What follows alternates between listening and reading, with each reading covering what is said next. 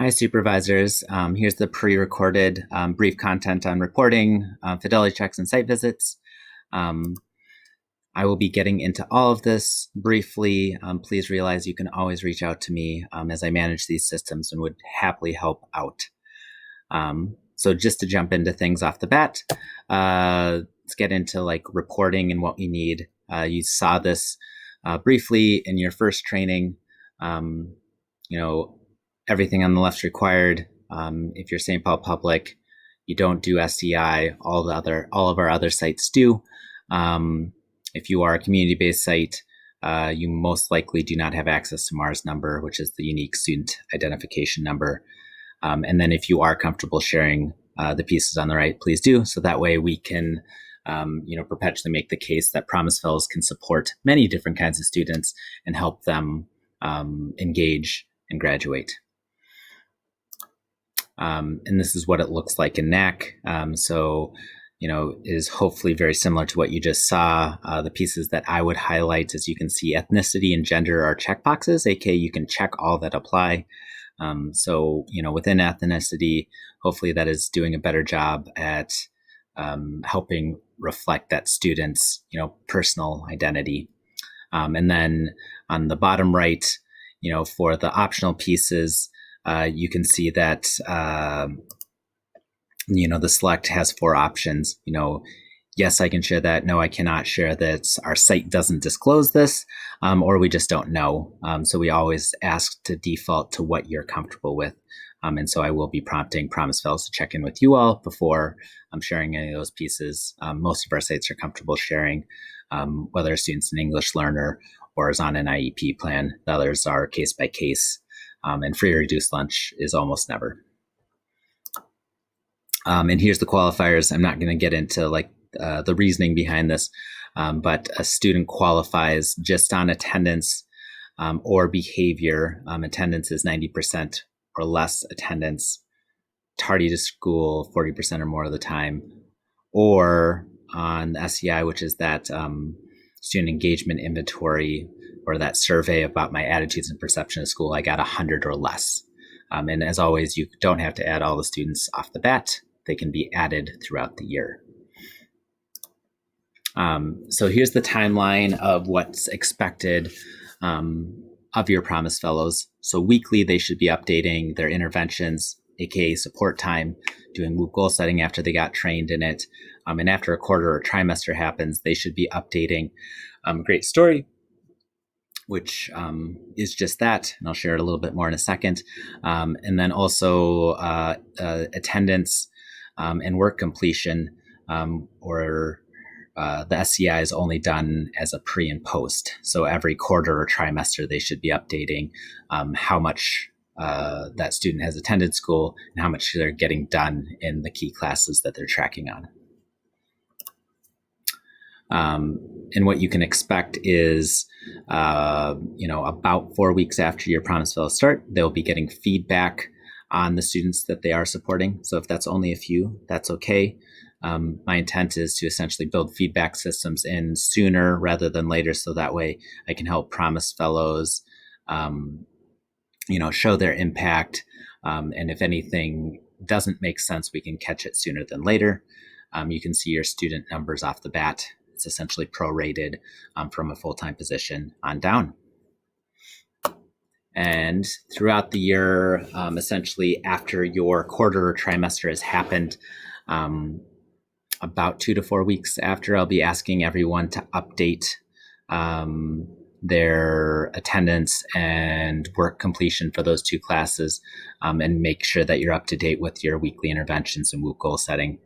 And then on those benchmarks, you'll also be writing a great story. So a quick show where you can find this. If you go to the Google site, and you go to resources, there's data tracking. And the first one is the data tracking benchmarks, which is all the information that you just saw in the slides. Go back. Great stories. So essentially after a quarter or after a trimester, your Promise Fellow will be, writing 1 to 2 paragraphs around a highlight or a memorable moment. or just, sharing an impactful story and how it impacted your life. So this is just the other side. Attendance gains are awesome, work completion gains are awesome, but it doesn't show all of this hard work and, positive input that your Promise Fellow has been doing. So this is just another way for us to, hopefully reach out to you and ask your permission and see if we can spotlight you and share a story and, show all of this positive work that your Promise Fellow is doing. So to get into the smaller pieces, so weekly they should be updating their interventions and WHOOP goal setting after they've been trained. You all as sites applied to us and said, we have these activities or programs that we're going to have Promise Fellows engage with and support students in.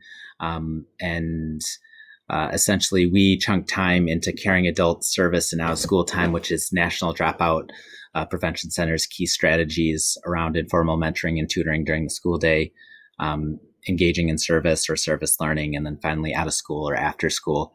And so a Promise Fellows, effectively, seeing the amount of time that they spent with students and saying, yep, I spent 60 minutes doing informal mentoring or tutoring during the school day. Oftentimes our school-based partners, almost all the times in caring adults, our community partners often have all their time after school.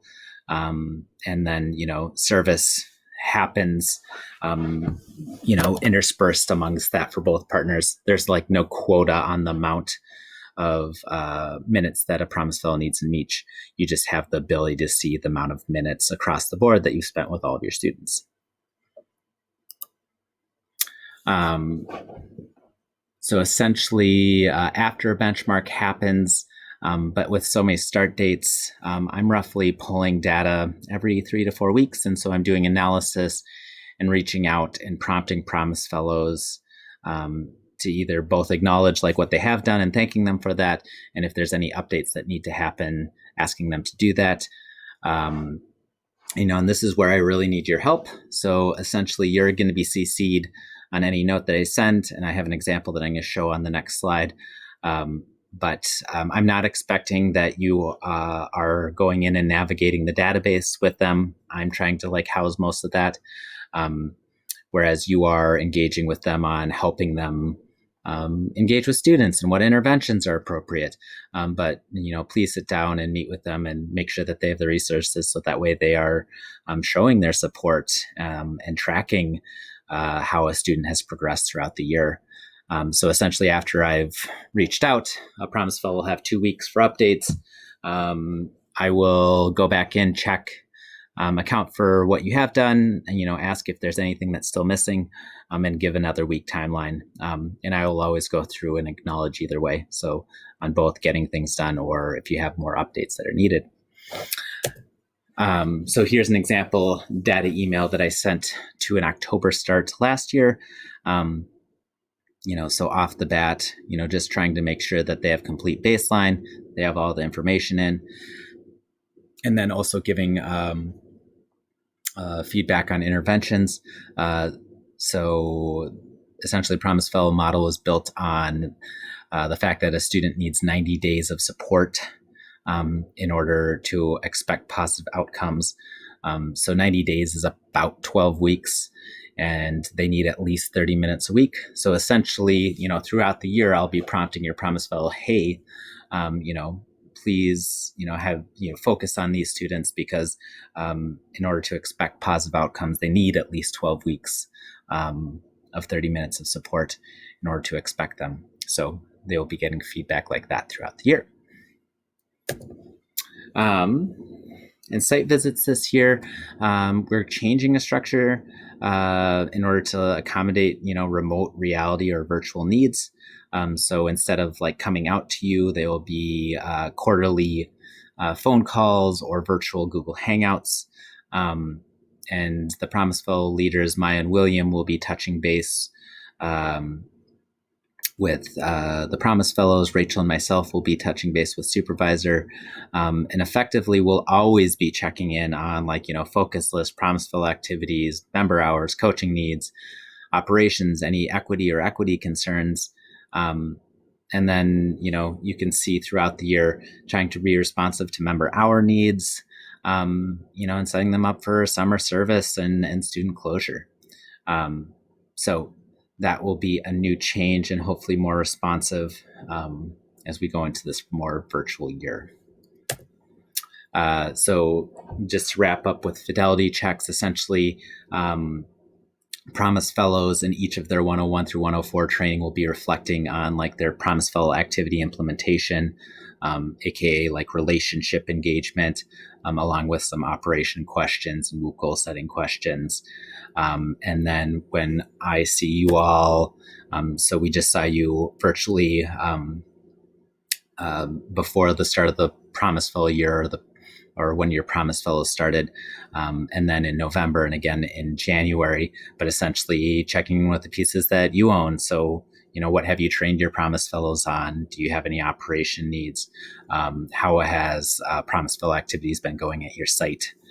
So this will be my final slide. I'm just going to quick go in and spotlight, and you'll get this as a link as well.